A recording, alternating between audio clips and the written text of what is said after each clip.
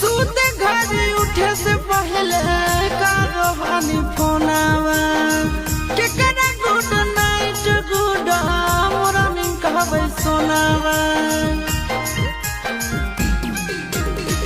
सूते घड़ी उठे से पहले करो हानि फोनावा के करे गुड नाइट गुड मॉर्निंग कहबै सोनावा। राही राही मारो होई करे जवाहिलो राही राही मारो होई करे जवाहिलो।